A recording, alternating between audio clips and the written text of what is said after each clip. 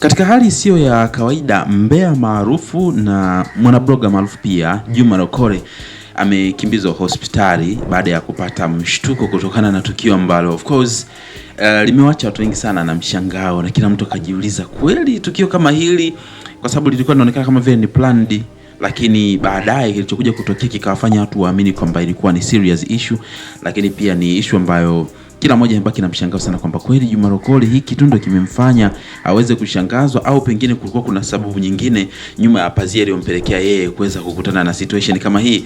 Sasa acha nisiongee sana, nitakupa update hapa juu ya kile ambacho kimeweza kutokea na sababu kubwa ambayo inasemwa kwamba ndio imepelekea haya yote kuweza kutokea Juma Lokole. Lakini yote kwa yote, naomba nikukumbushe, nitakuwa nakuletea update hapa kwa wakati sahihi kabisa ili uweze kufahamu kile ambacho kitakuwa kina happen kuhusiana na mastaa ambao unawakubali zaidi. Mimi naitwa Gabby Official. Naomba nikukumbushe, onyesha upendo, tumia sekunde moja tu, bonyeza neno subscribe hapo chini ya hii video. Baada hapo like video, kisha kwenye sehemu ya comment hapo utakuja kuniachia maoni yako kutokana na kile ambacho tukomeza ukitazama katika hii video. Mimi naitwa Gabby Official kama kawaida. Tuanze tu moja kwa moja.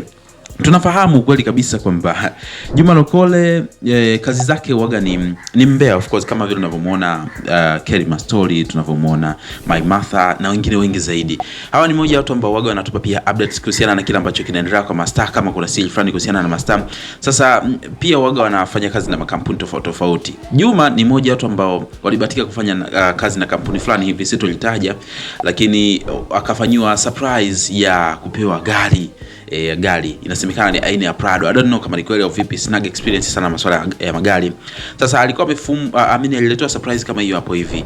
Sasa yeye hakujua kwamba amefanywa hiyo surprise kwa jinsi ilivyokuwa inaonekana. Ndipo ambapo baada ya ile tukio kutokea hakuamini macho yake kuona kwamba kweli kafanyia surprise ya kupewa gari na hiyo kampuni ambayo anafanyia kazi.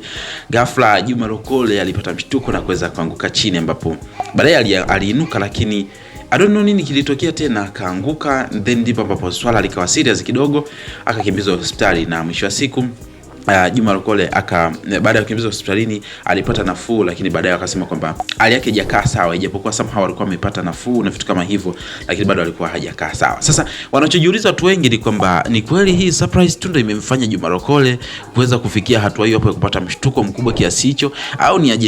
Inawezekana kwa kuna kitu hakiko sawa.